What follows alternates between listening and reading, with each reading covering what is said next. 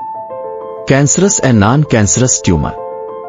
हम सब जानते हैं कि हमारी बॉडी में सेल्स कंटिन्यूअसली डिवाइड होते हैं। सेल डिवाइड मुख्तलिफ रीजंस की वजह से होते हैं। सेल्स डेवलपमेंट, सेल ग्रोथ और सेल रिपेयर सब कुछ एक सीक्वेंस में होता है।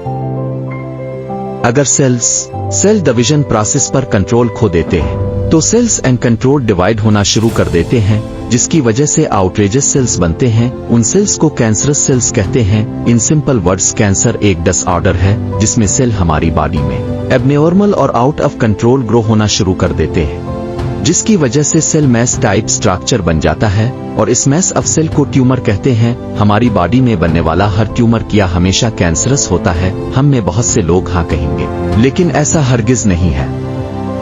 हर ट्यूमर कैंसरस नहीं होता। ट्यूमर बेसिकली एक मैस और लैंप ऑफ सेल्स है। दिखाया जाता है ये मैस ऑफ सेल्स दूसरे टिश्यूज को डैमेज करता है या नहीं।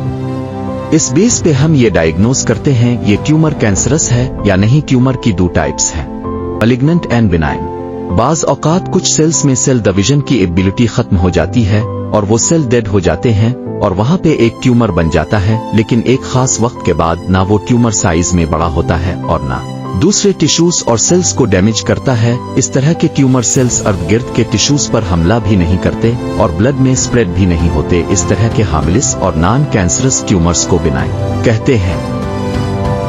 On the other hand, cancerous tumour body के एक पार्ट से दूसरे पार्ट में स्प्रेड होता है। देयर नेचर आल्सो अग्रेसिव और कैंसरस सेल्स बॉडी के दूसरे सेल्स को डैमेज करने की एबिलिटी रखते हैं। इसके नतीजे में हेल्थी सेल्स डेड हो जाते हैं और इस तरह ट्यूमर और कैंसरस सेल्स को जिस्म के दूसरे हिस्से में तेजी से फैलने का मौका मिलता है। इस तरह की कंटिन्यूअसली ग्रोथ को मेटास्टेसिस कहते हैं।